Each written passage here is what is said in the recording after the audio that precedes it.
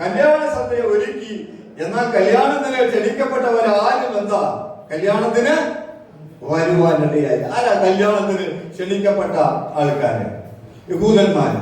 കർത്താവിന്റെ സ്വന്തം ജനമായ യഹൂദന്മാരെ കുറിച്ചാണ് കർത്താവ് ഇവിടെ ഉപമയായി പറയുന്നത്. എന്നാൽ വിളിക്കപ്പെട്ടവര് വരാതിരുന്നപ്പോൾ സ്വന്തം രാജാവ് എന്ത് ചെയ്തു? തന്റെ ദാസന്മാരെ അയച്ച് വീണ്ടും കല്യാണത്തിന് വേണ്ടി ഒരുക്കിയിരിക്കുന്ന സദ്യയ്ക്ക് വേണ്ടി വിളിക്കുവാൻ തന്റെ സ്നേഹിതനെ പറഞ്ഞയക്കുന്നതായിട്ട് കാണുവാനിടയായിരുന്നു. അവര് വഴിക്കത്തലയ്ക്ക് പോയി കണ്ട നല്ലവരെയും ദുഷ്ടന്മാരെയും ഒക്കെ കൂട്ടിക്കൊള്ളുന്ന കല്യാണശാല എന്ത് ചെയ്തു? നിറയ്ക്കുവാനിടയായി. കല്യാണശാല നിറഞ്ഞു വന്നപ്പോൾ സ്വന്തം കല്യാണശാല നിറഞ്ഞത് കണ്ട് വിരുന്നുകാരെ കണ്ട് രാജാവ് എന്ത് ചെയ്തു? കല്യാണശാലയിലേക്ക് കടന്നു ചെല്ലുന്നതായിട്ടാണ് അവിടെ നമ്മൾ വായിക്കുമ്പോൾ കാണുവാൻ സ്നേഹിത. എന്നാൽ അവിടെ കർത്താവ് കടന്നു ചെല്ലുമ്പോൾ വിവാഹ വസ്ത്രം ധരിക്കാത്ത ഒരു മനുഷ്യനെ അവിടെ കാണുവാനിടയാണ്. ഇന്ന് പകൽക്കാലം ദൈവത്തിന്റെ മക്കളെ സ്വന്തം കല്യാണശാലയില് അനേക കടന്നു വന്നപ്പോഴും നമുക്ക് ആർക്കും തന്നെ അറിയാൻ കഴിയുന്നില്ല. എന്നാൽ വിരുന്നുകാരൻ നിറഞ്ഞിരിക്കുക. പക്ഷേ രാജാവ് വന്നപ്പോഴാണ് കാണുന്നത് എന്താ? വിവാഹ വസ്ത്രമില്ലാത്ത ഒരു മനുഷ്യനെ കാണുന്നത്. ഒരു പക്ഷേ നമ്മള് സത്യത്തിലും ആത്മാവിലും ആരാധിക്കുന്നവരായിരിക്കാം. പക്ഷേ നമ്മളൊക്കെ വെളിയമ്പറമ്പിൽ എറിയപ്പെട്ടവരും വിവാഹ വസ്ത്രമില്ലാതെ ആർക്കും വേണ്ടാതെ സ്വത്രം നാനാജാതി മതസ്ഥിൽ വന്നവരാ. പക്ഷേ വിവാഹ ശാല നിറയ്ക്കുവാൻ നമ്മളെയാണ് കർത്താവ് കാലം വിളിച്ചിരിക്കുന്നത്. അനേകം വിളിച്ചിരിക്കുക. ജാതി മത ഭേദമന്യേ സ്വത്രം എല്ലാവരെയും കർത്താവ് വിവാഹശാലയിലേക്ക് വിളിച്ചിരിക്കുന്നാൽ അവിടെ കടന്നു വരുമ്പോൾ രാജാവ് ചെന്ന വിവാഹശാല നോക്കുമ്പോൾ എന്താ? അവിടെ വിവാഹ വസ്ത്രം ധരിക്കാത്ത ഒരു മനുഷ്യനെ കാണുന്നു. പാട്ടുകാരന് രാമേശ്വരം എപ്രകാരം പാടിയുണ്ടോ? നിൻ വിളക്കിൽ നീ ഒരുങ്ങിയിട്ടുണ്ടോ? നിർമ്മലമായ നീതി വസ്ത്രം നീ ധരിച്ചിട്ടുണ്ടോ? ഏത് മതത്തിലാട്ടെ, ഏത് കുലത്തിലാട്ടെ, അതിൽപ്പെട്ടു വരുന്ന കർത്താവ് ആഗ്രഹിക്കുന്നത് ഇവിടെ ഉപമ പറയുന്നത് പോലെ നീ വിവാഹ വസ്ത്രം ധരിച്ചിട്ടുണ്ടോ എന്നതാണ്. നിന്റെ കുലീനത്വം ഒന്നും എന്റെ കർത്താവ് ആഗ്രഹിക്കുന്നില്ല. വേണ്ടതുപോലെ നീ വിവാഹ വസ്ത്രം ധരിച്ചാൽ മാത്രമേ നാം കർത്താവിനോടുകൂടെ എടുക്കപ്പെടുവാൻ കഴിയത്തുള്ളൂ. നമുക്ക് ഒരു വാക്യം കൂടി വായിക്കാം. വെളിപ്പാട് പുസ്തകം 3-ാം അധ്യായം അതിന്റെ 1-ാമത്തെ വാക്യം തൊട്ട് വായിക്കാം. വെളിപ്പാട് പുസ്തകം 3-ാം അധ്യായം. ഒരു വാക്യം വായിച്ച സഹായിച്ചാല്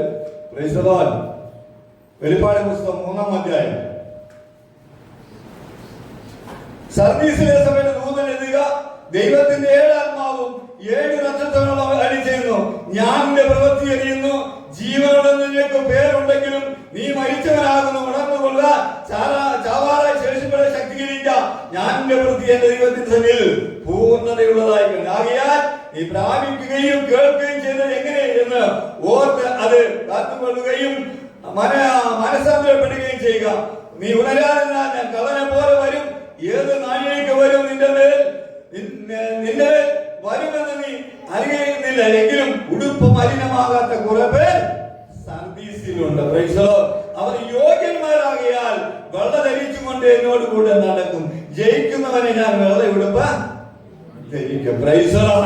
അതെ, വിവാഹ അവസരം ധരിച്ചവരെ കുറിച്ച് വെളിപ്പാട് പുസ്തകത്തിൽ നമ്മള് വായിക്കോടെ കാണുന്ന ഉടുപ്പും മലിനമാകാത്ത കുറെ പേർ എവിടെയുണ്ട്? സർവീസിലുണ്ട്. കർത്താവ് തന്റെ കണ്ണുകൊണ്ട് കാണുമ്പോൾ ഉടുപ്പും മലിനമാകാതെ തന്റെ ജീവിത വിശുദ്ധി കാത്തു സൂക്ഷിക്കുന്ന മണവാട്ടിയെ ചേർക്കുവാനാണ് കർത്താവ് വരുന്നത്. അതുകൊണ്ട് ഇന്ന് പകൽക്കാലം ഇവിടെ ആയിരിക്കുന്ന ദൈവമക്കളെ നമ്മൾ ഒരുമിച്ച് നമ്മുടെ ഉടുപ്പ് മലിനമാകാതെ സൂക്ഷിക്കേണ്ടത് വിവാഹ വസ്ത്രം അത് മലിനപ്പെടാതെ കർത്താവ് വരുവോളം അത് കാത്തു സൂക്ഷിക്കണം എന്നാണ് ഇവിടെ ദൈവത്തിന്റെ വചനത്തിൽ നമ്മൾ വായിക്കുന്നത് കാണുവാനാണ്. അവിടെ രാജാവ് നോക്കുമ്പോൾ വിവാഹ വസ്ത്രം ധരിച്ചവനെ കർത്താവ് വിവാഹ വസ്ത്രം ധരിക്കാത്തവനെ കർത്താവ് കാണുകയാണ്. അതുകൊണ്ട് ഇന്ന് പകൽക്കാലം ഒരുങ്ങേണ്ടതുപോലെ നാം ഒരുങ്ങിയില്ലേ? നമ്മൾ എടുക്കുമ്പോൾ പാട്ടുകാരൻ ഇങ്ങനെ പാടി മലിനത മാറി നമ്മൾ മഹിമേലിൽ വിളങ്ങാൻ മനുവേലിൻ നിണം ചിന്തി നരനെ വീണ്ടെടുപ്പാൻ. മലിനത മാറി നമ്മൾ മഹിമേയിൽ വിളങ്ങാൻ മനുവേലിൻ നിണം ചിന്തി നരനെ വീണ്ടെടുപ്പാൻ.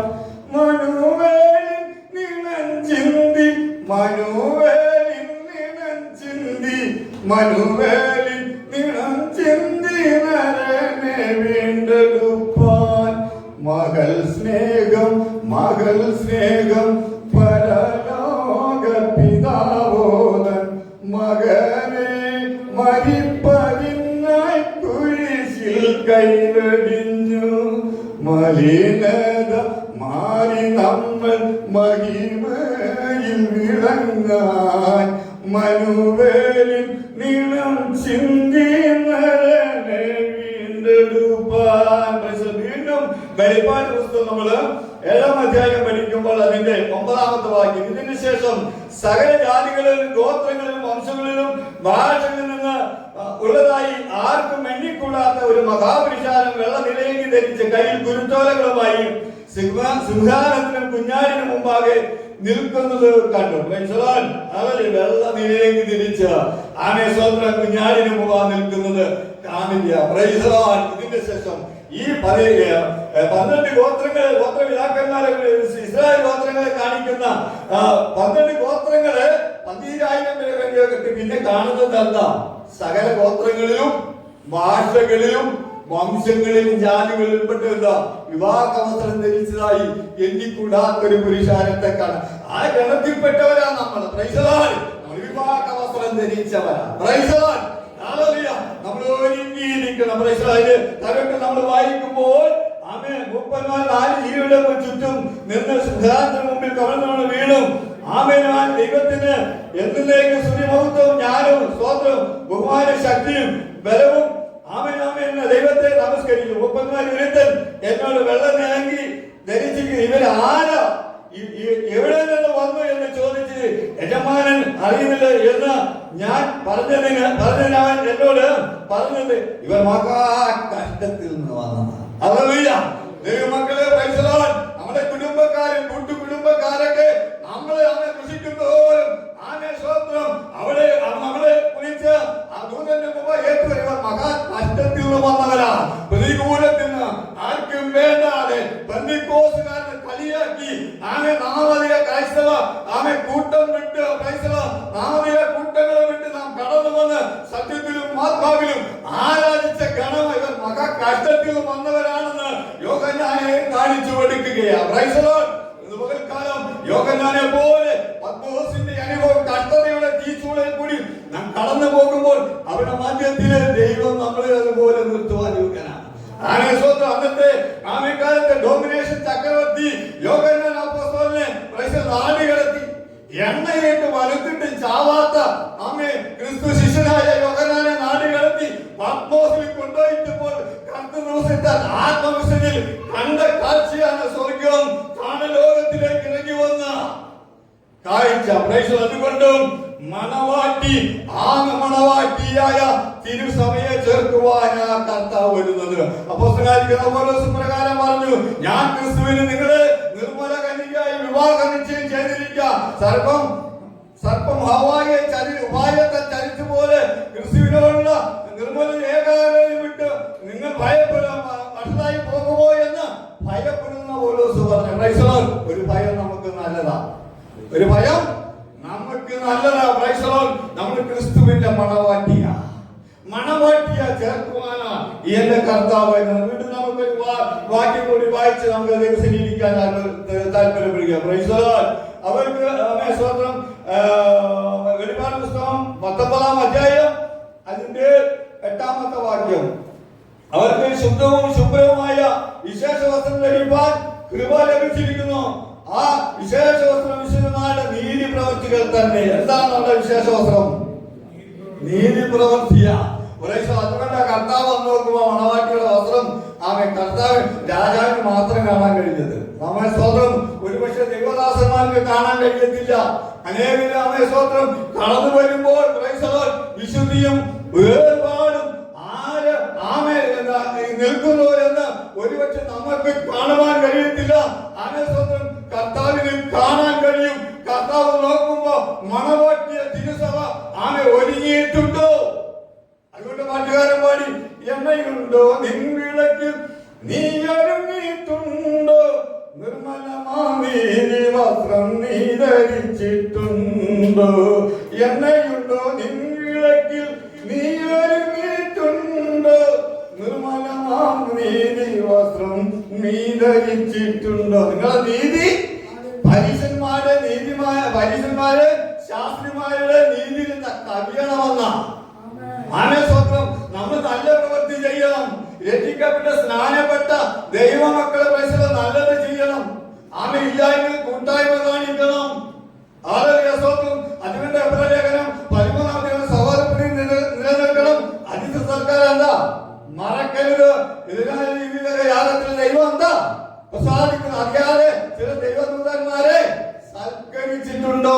അബ്രഹാം ദൈവത്തിന് വേണ്ടി ഒരു നേരത്തെ ഭക്ഷണം ഒരുക്കി വരാണ്ട് കഴിഞ്ഞപ്പോൾ സാറായുടെ വാഗ്ദത്തം ചെയ്തു. ആന എന്താ പറഞ്ഞത്? അടുത്തയാണ്ടിന്റെ സമയത്ത് നിങ്ങളുടെ മകനെ തരുമെന്ന വാഗ്ദത്തം ആർക്കുള്ളതാ? വാഗ്ദത്തം ആർക്കുള്ള? അബ്രഹാം മാത്രമല്ല, അബ്രഹാമിനും മകനെ സന്തതിക്കുമെന്നാ പറഞ്ഞിരിക്കുക. വാഗ്ദത്തം ആമേ പത്രോസിന്റെ പ്രസംഗത്തിൽ പറഞ്ഞ വാഗ്ദത്തം നിങ്ങൾക്കും ആമേ മക്കൾക്കും ദൂരസ്ഥരായ കർത്താവ് വിളിച്ചു വരുത്തുന്ന ഏവർക്കും ഉള്ളത്. അതുകൊണ്ട് ആമേ സ്തോത്രം നമ്മൾ കൂട്ടായ്മ കാണിക്കണം. ഓരോ ശരിക്കും പറയുവാൻ വേണ്ടി എനിക്കും ഭരണവാസിനും കൂട്ടായ്മയുടെ വലങ്കൈ തന്ന പരസ്പര ഫെലോഷിപ്പ് നമ്മൾ ആമേ സ്തോത്രം വിശ്വാസികൾക്കുള്ളതാണ്. അതുകൊണ്ട് ആമേ സ്തോത്രം നമ്മള് കർത്താവ് വരുമ്പോൾ രാജാവ് അകത്ത് വരുമ്പോൾ എന്ത് നോക്കി?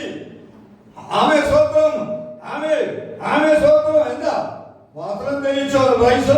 നിർമ്മലമായ വസ്ത്രം ധരിക്കുവാൻ ദൈവം നമ്മളെ സഹായിക്കട്ടെ. നീതിയോടെ ജീവിപ്പാൻ കൃപ നമുക്ക് കർത്താവ് തരട്ടെ.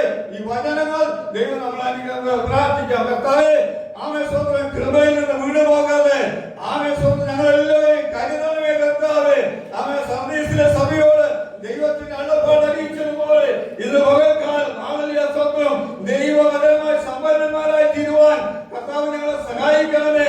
ആമേലിയ സ്തോത്രം ഉടുപ്പ് മലിനമാകാത്ത കുറെ പേർ സർവീസിൽ ആമേ സ്തോത്രം നിനക്കുണ്ടെന്ന് പറഞ്ഞുപോലെ ഉടുപ്പ് മലിനമാകാതിരിക്കുവാൻ ഞങ്ങൾ എല്ലാവരെയും ഒരുമിച്ച് നീ ധാരാളമായി കർത്താവേ നിന്റെ രക്തത്താൽ ഞങ്ങളെ ശുദ്ധീകരിക്കണേ.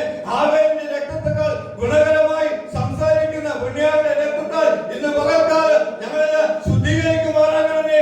ശുദ്ധീകരണം കൂടാതെ ആരും ദൈവത്തെ കാണില്ല. ശുദ്ധീകരണത്തിന് വേണ്ടി കർത്താവേ ഞങ്ങൾ ഒരുക്കാമേ. ഞങ്ങൾക്ക് എവിടെയെങ്കിലും മലിനത ആമെ പറ്റിയിട്ടുണ്ടെങ്കിൽ കർത്താവേ ആമേ സ്വന്തം ആമേ പ്രവാചകൻ പറഞ്ഞ നിങ്ങള് വസ്ത്രമൊക്കെയും കറ വരണ്ടേ തുണി പോലെയാണ്.